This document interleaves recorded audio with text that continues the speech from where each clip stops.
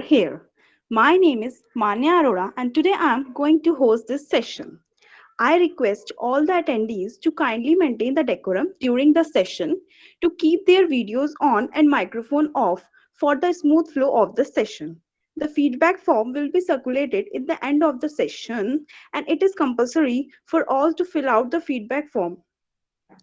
So, what does it feel like to become an entrepreneur? What are the core skills that are needed to become an entrepreneur?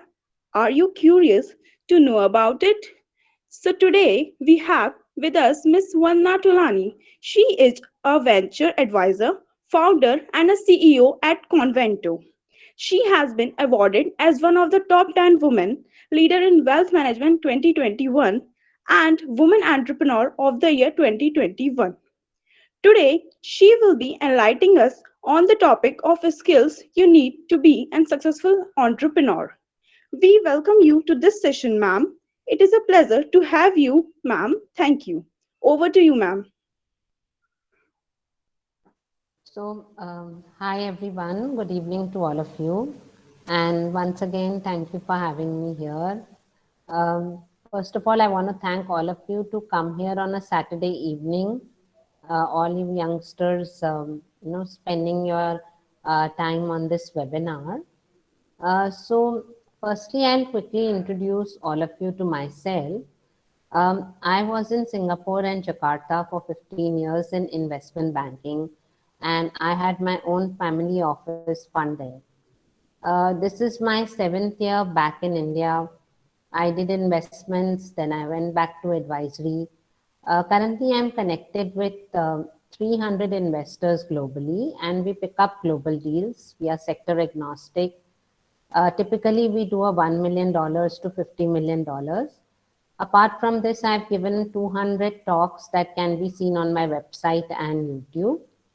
I've also been given 5 awards. I'm the top 10 women leaders in wealth management 2021.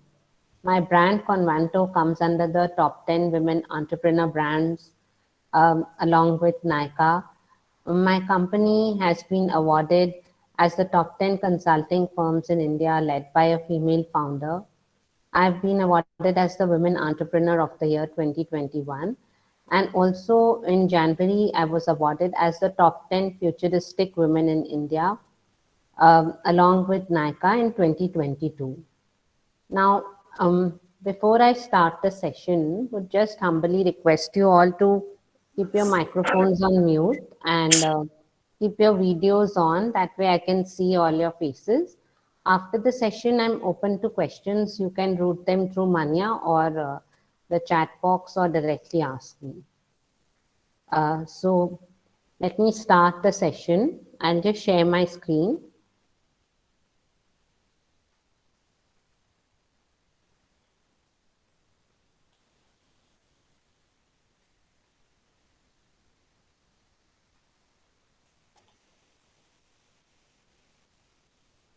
Can you please give me heads up if you can see my screen? Yes, ma'am. Your screen is visible. Okay. So today's topic is successful entrepreneur skills. I would say these skills are very important to become an entrepreneur. But not only that, it can be useful for you in your job journey also, because you need to have some skills all the time. Let's see this. I'm just skipping this slide because I've already spoken about my company and myself. Let's see entrepreneur skills that determine success despite apparent hardships in a business. Now, there are 2-3 things here: exceeding conventional beliefs, transition from traditional wisdom to thinking beyond established, and drives entrepreneurs to bring disruptive ideas to the table. Being independent thinkers makes entrepreneurs willing to take risks while having in consideration the possible consequences and being ready to handle them. Practicing decentralized management. Entrepreneurs delegate to co-workers to ensure that decision-making authorities are not limited to set or top, only top executives. Now, let me explain this a bit to you. There is a traditional wisdom and unconventional wisdom that we go through, and we need to transit from that. Now, since I'm in my younger days, I was very, very unconventional. I never wanted to do anything which is very traditional. For instance, if you look at it, in India, we have a lot of conditioning when it comes to our parents, in terms of, what the girl should do, what the boy should be doing. Pink should be for girls, blue should be for boys. For instance, kitchen tasks are for girls. Uh, Soccer is, only for boys. So things like that, I think we need to transit from a lot of traditional thinking. Similarly, when we are in a job role, sometimes we don't want to transit from our traditional thinking pattern. We are boxed in with the conditioning of the mind that happens because of the things we keep on doing on a daily basis. Now, being independent thinkers, it's very, very essential that at some point you become independent thinkers. Nobody is, helping you think what you need to think, like deciding for you, for instance. At some point, you have to believe in yourself and understand that maybe what you're doing is the right thing. Um, and have the faith instead of listening to several people around you and then not having your own mind. Now, practicing decentralized management means that when we delegate tasks to people, it should be done in such a way that you don't have to micromanage anything. What happens is many of us spend too much time in micromanaging. um, that is when we cannot delegate tasks to people, and hence the people to whom we are delegating tasks also are not able to perform well. So we need to delegate tasks in such a manner to ensure that at some point if they need to make a decision, they can.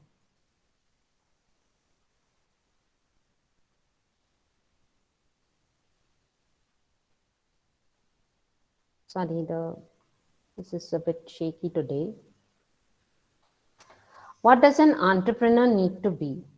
Now, cautiously optimistic, to be confident of facing the outcome at ease, regardless of it being coupled with readiness for possible difficulties. It's very, very important that we are always optimistic towards our approach and cautiously optimistic, creative to search for groundbreaking discoveries and invent destructive strategies, confident to be an aspiring figure to your co-workers even when you have to fake it. Now, this means that there's lots going on in everybody's life, but we have to be an inspiring figure to everybody so that the others who look up to us, they don't shake their confidence. So sometimes there's lots happening with everybody, but we have to just be calm and composed and look confident so that we can do things in the right manner. Tenacious, to be determined to achieve your goal and to be unwilling to give up until you do. So you need to be determined to achieve any goal that you have in mind, and not having the feeling to give up so easily. Like every 2 months you're giving up something and also going to something else. Persistent to stay still and handle unforeseen situations of failing ideas with potency. Consistent to develop routines and build momentum. Patience to understand that there is no only one road to success, and tactful to understand that that your co-workers are on compassionate grounds, and become a critical thinker to address situations with all available facts and information. It's these three qualities, persistent, consistent, and being patient, are really, you have to inbuilt in your system, whether you are in a job role or whether you want to become an entrepreneur. This will take you to heights. I have seen people getting angry very fast, reacting very fast, being emotional about certain things. So You have to calm your mind first and then have these qualities in you. In terms of critical thinker, I think you need to understand that the information that is given to you, whether it is the right information, you can check facts and then act accordingly on it. Then, I don't know why the screen is so shaky. Let me just,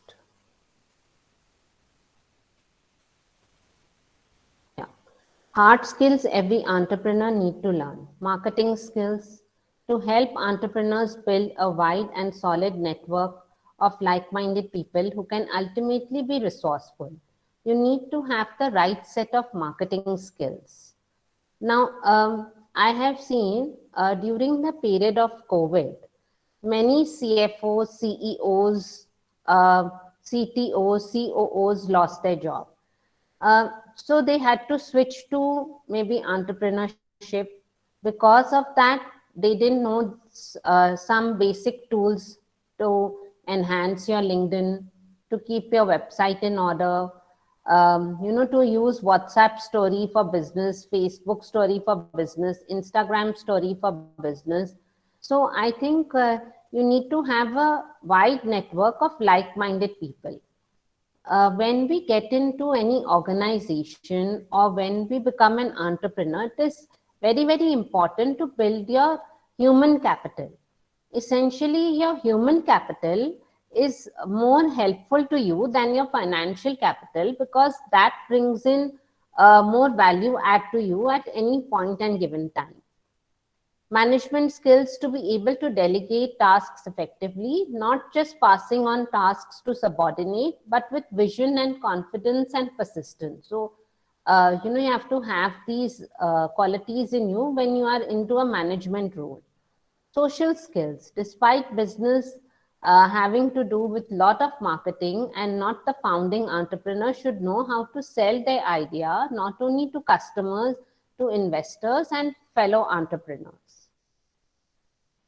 Now, let's see hard skills every entrepreneur needs to learn again. In forecasting skills to make accurate predictions of the future consequences when a task is being undertaken, and to be prepared with countering solutions to possible problems that may arise. Hiring skills, hiring the right people is important for entrepreneurs so that they can pass their vision into the right people. Navigation skills to navigate the business into the right direction when unforeseen or other shocking circumstances arise, and tech skills for entrepreneurs to be able to utilize smart technology that could be resourceful to the business.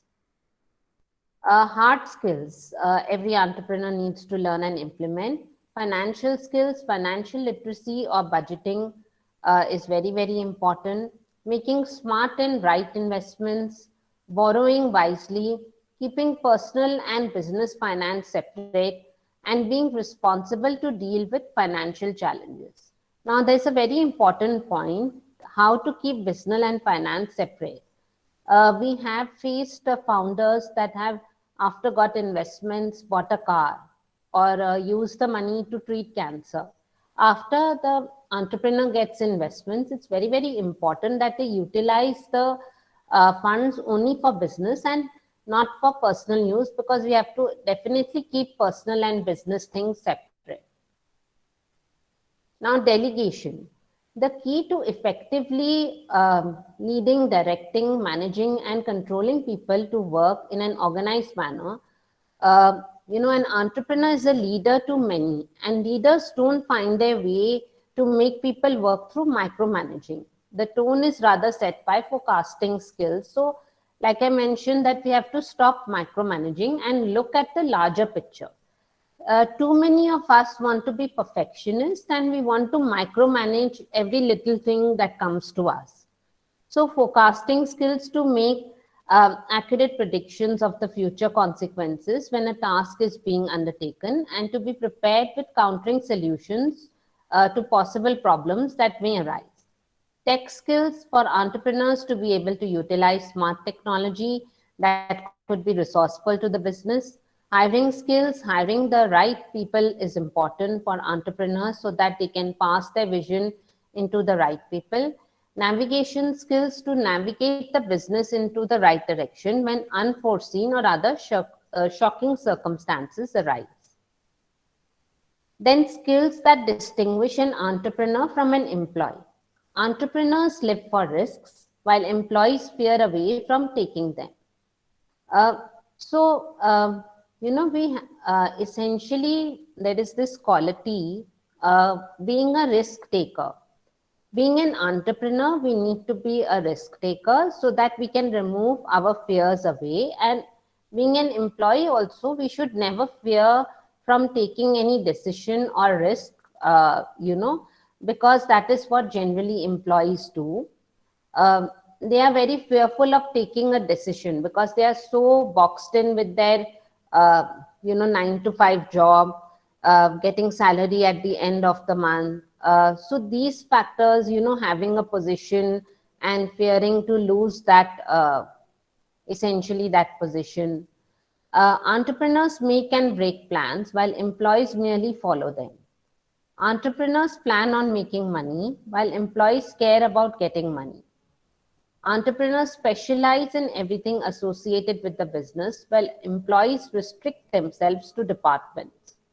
Even when you are in different departments, it's very, very important that you mingle with each other in different departments. So, I was giving a talk on a platform called Seco, where an employee came to me to ask a question saying that uh, he is not able to move around and network in other departments because of fear of being judged, etc. So that is when I guided them that, we have to interact with different departments and learn about different departments, not just about your department only. Entrepreneurs create directions while employees seek a path. Now, a successful entrepreneur is a person with a plan who knows exactly what they need to do and how. Having a clear vision, entrepreneurs need to identify their desired goal and create a stable vision, not just for themselves, but for anyone associated with business. It drives and reminds everyone with the purpose behind their perseverance. Having a certain business plan to achieve that vision, knowing the vision for their business and working towards it with consistency, persistence, and emotional intelligence is critical. A successful entrepreneur knows how to strategize every move. So, before I'm just going to stop sharing my screen, and I'm going to show you some books that will help you in your journey. Uh, so, the first book, I'm going to take out some books one by one. Um, so, the first book here is The Power of the Subconscious Mind. Now, how does this book help you? This book is essential to read because essentially what we attract is from our subconscious mind. Whether it's it with relationships, whether it's with business, whether it's with attracting good jobs, or whether it's attracting good things in our life. When we read this book, our mind becomes very, very positive. Our mind becomes very centered, and we are able to make the right decisions. So, I think this book is very important. It is called The Power of the Subconscious Mind. So, I'll just keep this here. Then comes this book, Start with Why. Now, why is this book important? Because in businesses, it doesn't matter what you do, it matters why you do it. Essentially, even for employees, this book is important because you need to understand that why certain things are important, in your life, and you have to start with why. Then comes this another book which is my favorite. It is called Mint Your Money. This is an easy manual, to understand how to mint your money and make it double. So I would recommend this book as well. just showing you all my books today. Then this book, the dollar startup, is your manual to new way of living. And in this book, you'll learn how to earn a good living on your own terms, where and how you want to do it, achieve the perfect blend of passion and income, to make work something you love, apply crucial insights from 50 ordinary people who made it with uh, less than $100 and reached skies. So this is another book. Uh, this is another book, From Startup to Exit. I think this book is very, very important because it helps you successfully navigate your journey in a startup from start to exit. So, this book you must read. Uh, 0 to 1. This book is very, very important. I think, if you want to become the next Bill Gates, you should read this book. Then, okay, so there's 3 more books that I want to show. This book is The Intelligent Investor. In this book, you can learn how to invest money, what goes on in the investor's mind, how to make the right decisions. That is the thing. And then comes this book, The Lean Startup. The Lean Startup is a new approach to business that's being adopted around the world. It is a movement that is transforming the way companies are built and new products are launched. And then this is the last book. It is called Atomic Habits.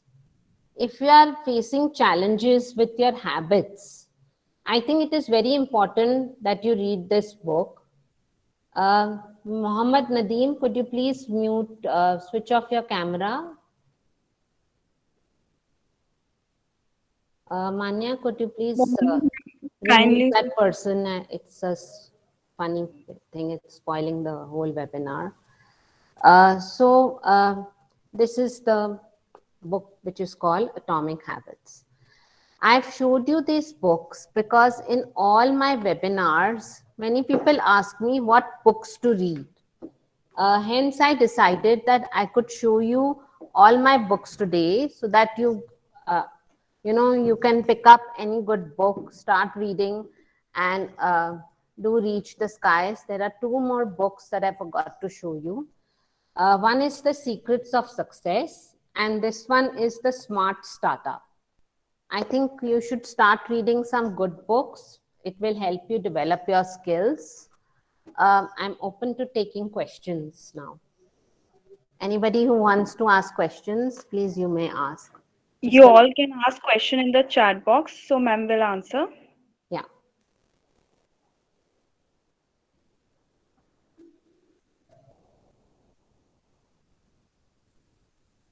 Does anybody wants to ask any questions related to skills, related to startups, related to investments, related to what skills you must have?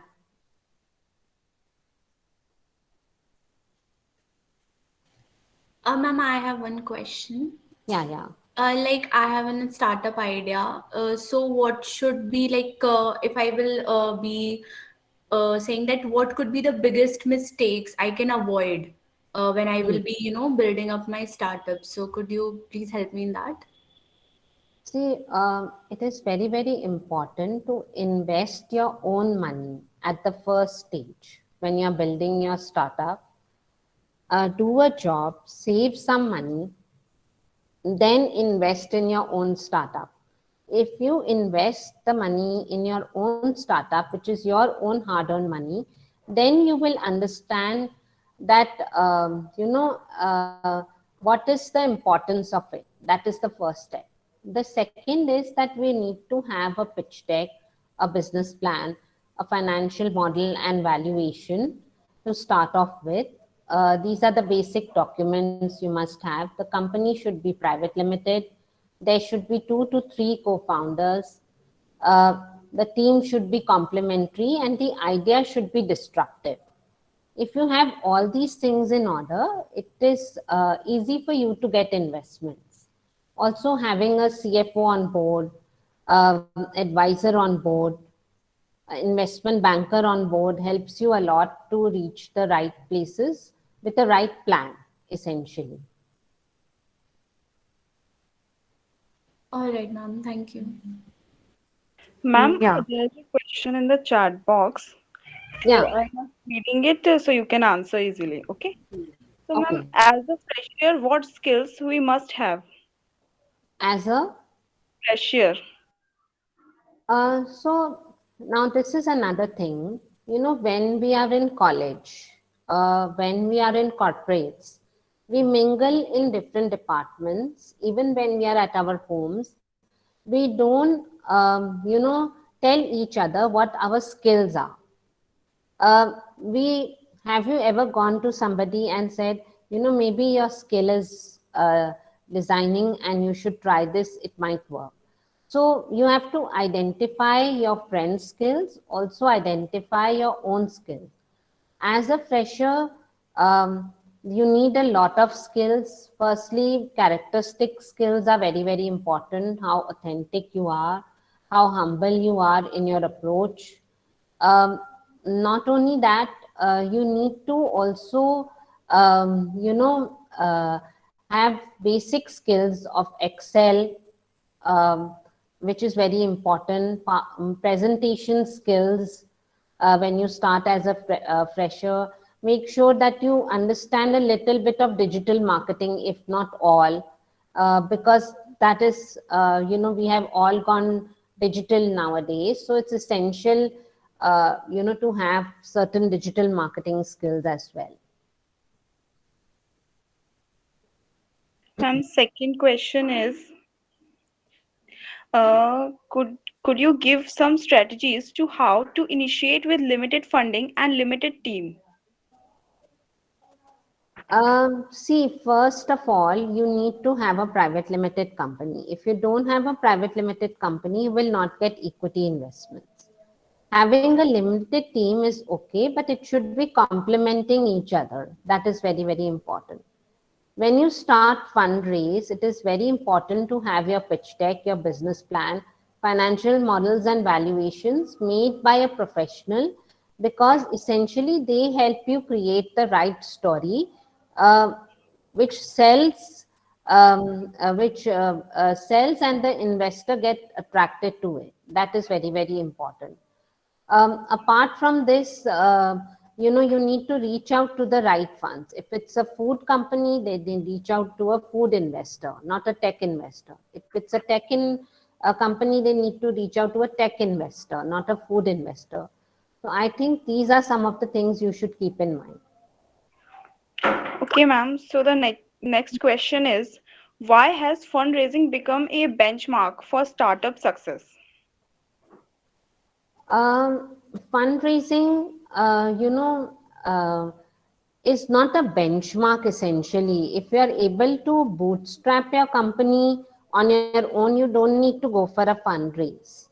It totally depends on the founder whether they want to expand further on.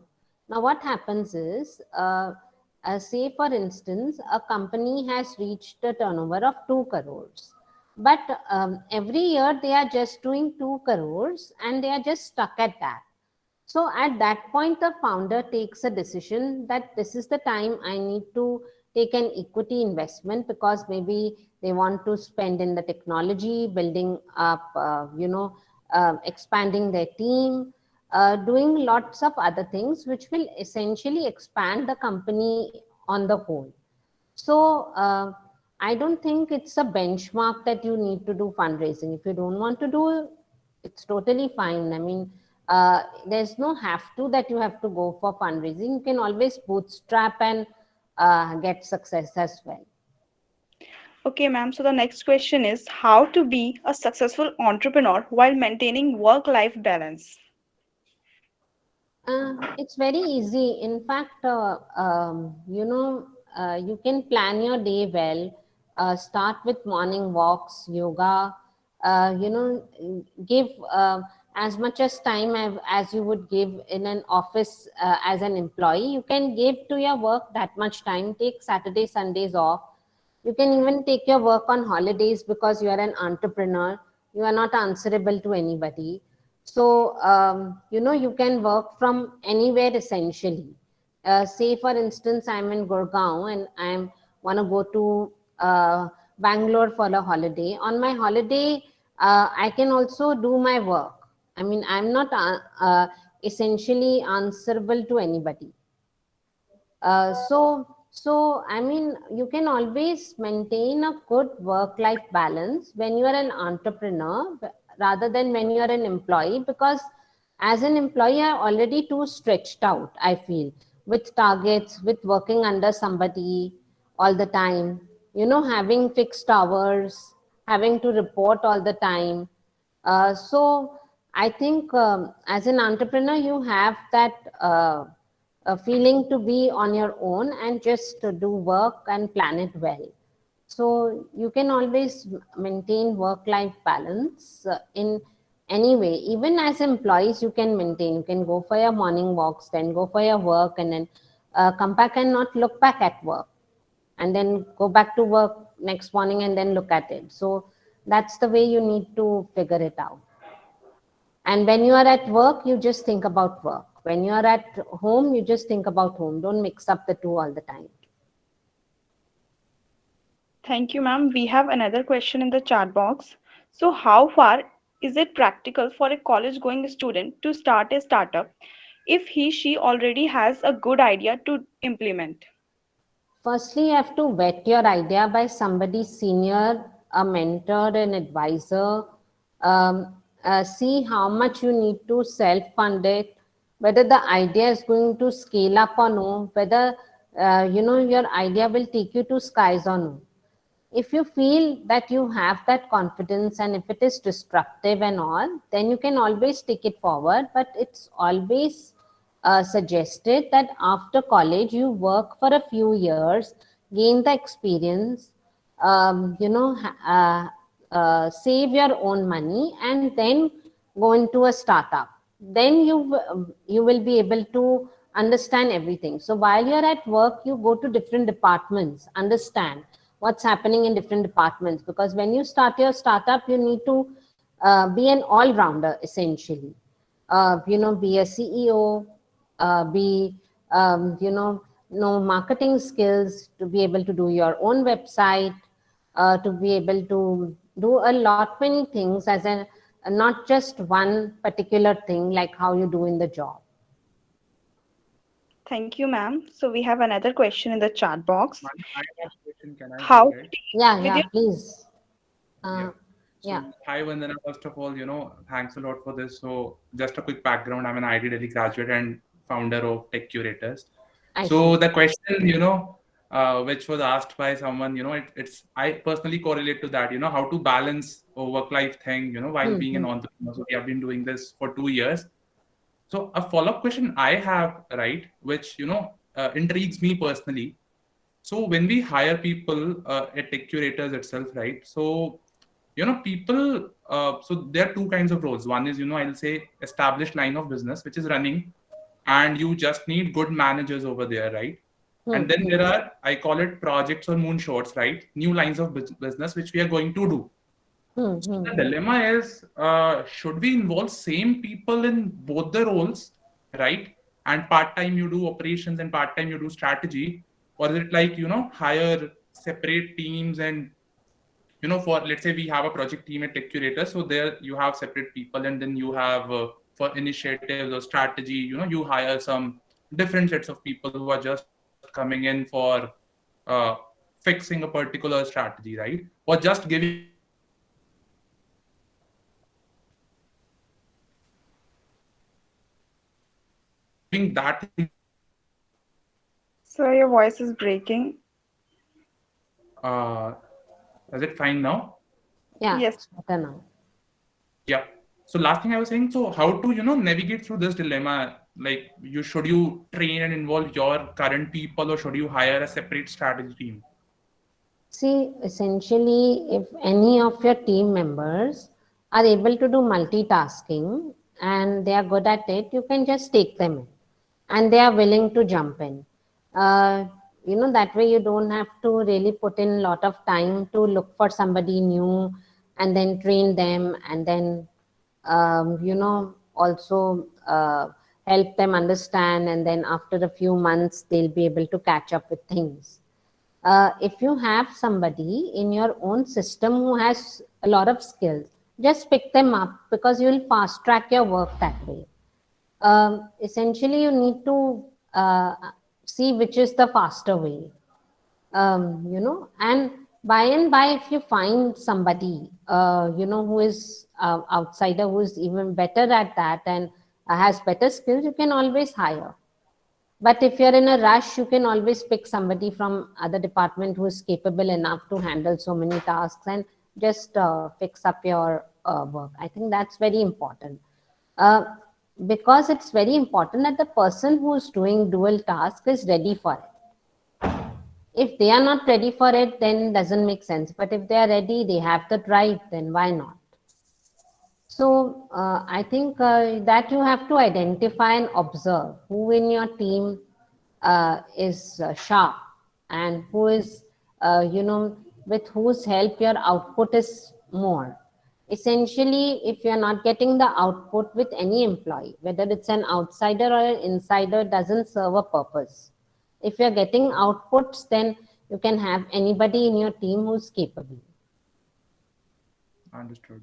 So essentially, it's like having one-on-ones with all your people and whom you think can be good fit, and then coming to a mutual consensus. Yeah. And Understood. you have to give chances to people who are capable because talent needs recognition at times. And some incentives are important, so that they want to continue with you, and you become a bigger team and a larger company. Very important to keep your employees happy, uh, also, and let them be. And unless they are making too many errors, then you might have to correct them also at from time to time. So it's essentially a task of managing people.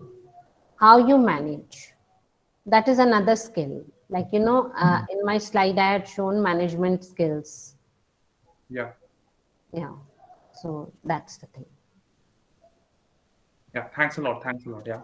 It clears my dilemma. I'll try to more move towards that, right? Because dilemma is always right. Sometimes someone is doing good at one place, and if we put them at another place, वो दोनों चीजें खराब होने का, right? That is a dilemma, right? Yeah, but if they are capable, why not?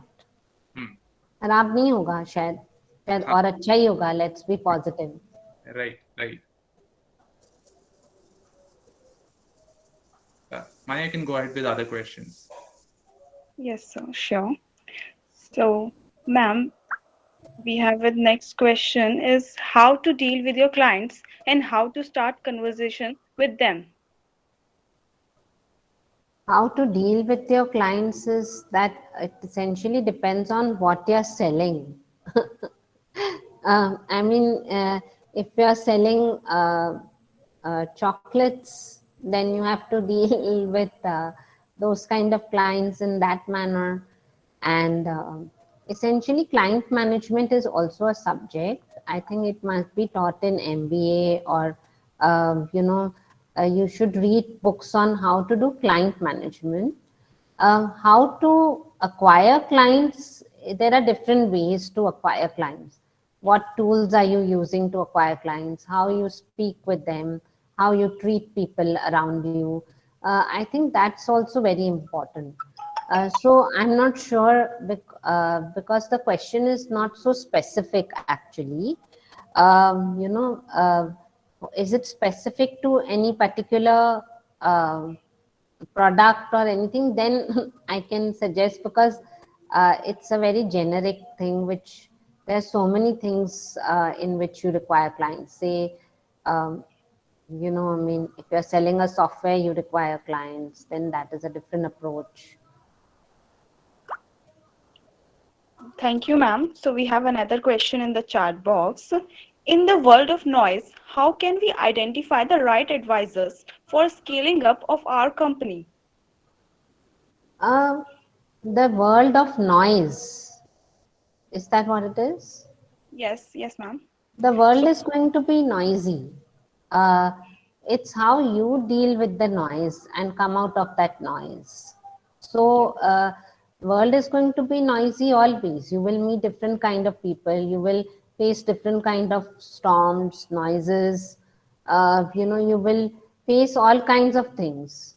You don't have to see what the world is. You have to see how you are. So essentially, if you are able to deal with noise, I think all advisors are right kind of advisors. That is why they are advisors. Um, and essentially, there are all kinds of advisors available. You just need to have the right eye for it. Uh, and mm, the world will be noisy always, whether you do things in the right manner, wrong manner, or anyhow. So you have to keep that aside and deal with your own self and how you are able to deal with the noise. That would be the quality that you need to have. Whose question is that, by the way? it's Twinkle Sharma. Okay. Twinkle, have I answered your question? Yes, ma'am. Okay. Thank you, ma'am. Thank you. Thank you, ma'am. So we have another question. So what are your thoughts about Shark Tank India? I want to know whose question is this. Like, It's this guy or girl deserves a box of chocolates from our side. yes, definitely. See, Shark of India is a reality show in which they are showing about startups and investments. Essentially, that's a TV show. We don't know actually what is going on behind the scenes, what is actually, how much scripted it is, what it is. I have no clue. But it doesn't, what is shown in there sometimes is too unreasonable at times as well. Though I don't see it often, but the VC world and investment world is not like that. There is a structured way, structured approach, how we treat the startups, how we speak to people, how we do get the investments done. So, I would rather not comment on that. I would rather comment on how good Convanto is. Thank you, ma'am. So we have next question is, what do you advise to today youth who want to build their own startups? What tips you would like to give? See, I think it's becoming what do you call like a fashion trend, like how we follow fashion. If hoodies are out, we all start wearing hoodies. If dresses are there, then we all start wearing dresses. So I think getting into a startup is also somewhere becoming a trend, and youngsters are making unreasonable ideas and bringing unreasonable stuff and trying to make them into a startup. So I think the first and foremost message here is that first you finish up your studies, which is very, very essential. Get into a job role, earn that much, then side by side you can start up your startup, but get it vetted by somebody, your business plan, with an advisor or a senior mentor in the vicinity, and see whether the idea is even doable, or is it just because you have the drive to do a startup because it's a trend, that is why you are doing. So I think that's the message. And um, people who build startup, they also invest a lot of their own money. They don't use the investors' money essentially. So it takes a lot of pain to build your own startup with your own money. So I think, if you're using your mom's dad saving, then I think that's a wrong way to build a startup. Essentially, it has to be your own money. I had four youngsters that came up to me when uh, that time, few years back, TikTok was getting, uh, TikTok was getting over, and then they Ban. wanted to build something like TikTok in cricket or something like that, and then they wanted to use their mother father savings. So I had to stop them and tell them, no, you can't do this. I mean, you can't just burn money like that which other person has hard earned, which you have not hard earned. So I think it's very very important. Right now also, many of you are living on your parents money. Am I right? Or you have jobs that support you? How is it? Like we are trying on doing internships, like Yeah, so. yeah. So, so essentially, you don't have a full-time job role in a department where you're Yes. learning a skill, where, you're learning the corporate culture, you're learning what business is. So, if you don't have that, and then you want to start a startup with zero money, uh, I don't think that's very wise to do. But I think, if you are having enough money to build your own startup, you're having a disruptive idea that can do wonders, then why not go and build a startup? There are many startups that do get investments at idea stage. Thank you so much, ma'am, for clearing all our queries. So I would like to thank you, ma'am, for giving your precious time and sharing your valuable insights. The webinar was very informative and interesting. We are glad you could join us. So now I would like to Richa to take over here. She would be introducing you all with Tech Curators. Yeah, hi everyone. So it was a really great session and a really great round of question and answers answered by you. So now I would like to give a brief about Tech Curators. So basically, Tech Curators, we are an assessment-based company, and we curate assessments for technical as well as non-technical companies, which are used for their hiring and training purpose. So basically, to like serve our main line of business, we have a lot of teams here working for its betterment and constantly working on optimizing the strategies and working for the best. So we hire people from like colleges all over India from different domains. Our main teams are projects team, then talent team, then we have strategy team, quality assurance team, SME recruitment team. So basically, this is where we hire people from colleges, and yeah, we hire them on an internship basis, and we really look forward to work with more enthusiastic people to join our team. Thank you so much. So I would like to add a couple of points here. So in the last question, as Vandana was rightly saying, right, don't burn your parents' money.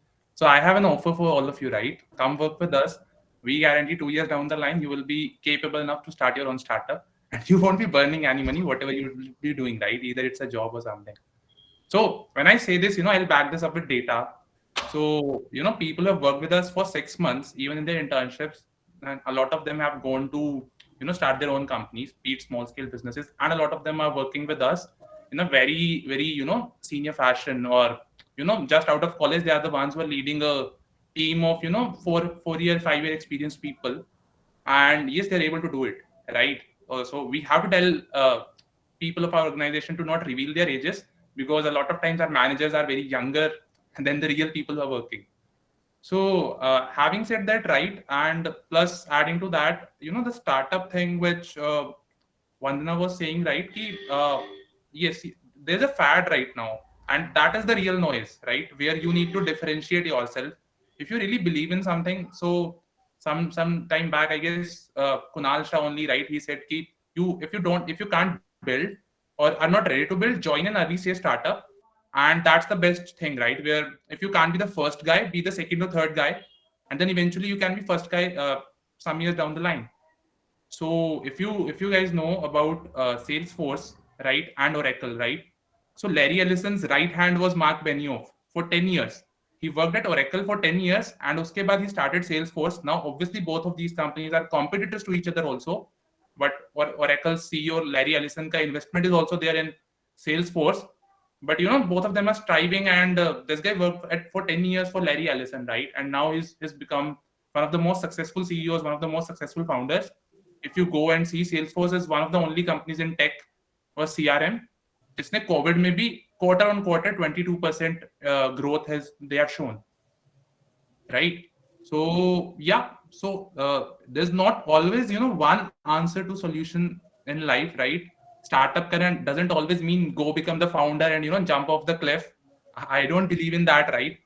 Maybe you can just network with right people who work at some places while being in college, and yeah, I guess you'll be able to add a lot of value to yourself, to the organization you'll be working. And yes, obviously there's some difference between the initial thing you have.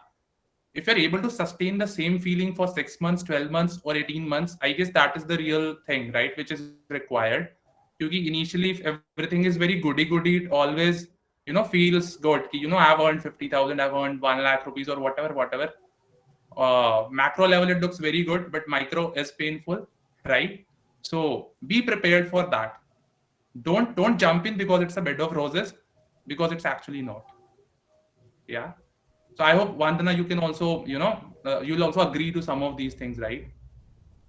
Yeah, essentially, if everybody is jumping off the cliff, we don't have to actually jump off the cliff. We need to be wise and mindful in the decisions we take. But I think it's also important that what we are building, if it is something disruptive, like I said, we have vetted the business plan, you can definitely get investments, because there's a lot of capital and investments are happening. Because people see so much investments happening and the startup buzz is there. I think it is more now because of Shark Tank India as well. So people want to get into it more. But then there are entrepreneurs do have their own struggle stories as well. So I think it is essential in which direction you want to take, and how much you believe in yourself, and what is it that you're building, who is your team. There are a lot of factors that you need to take into consideration. So I think it's essential that way. So thank you so much, all of you, for your precious time. I'll take your leave now. And wait a minute, ma'am. So we want a photo session. So I would like to request everyone kindly switch on their cameras for a photo session. Please, everyone, switch on their cameras.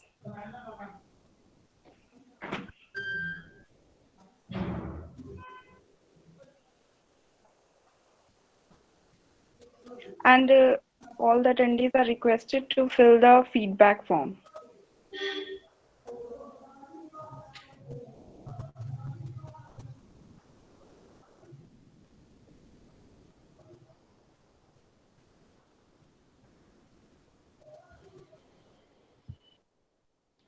Yeah, done.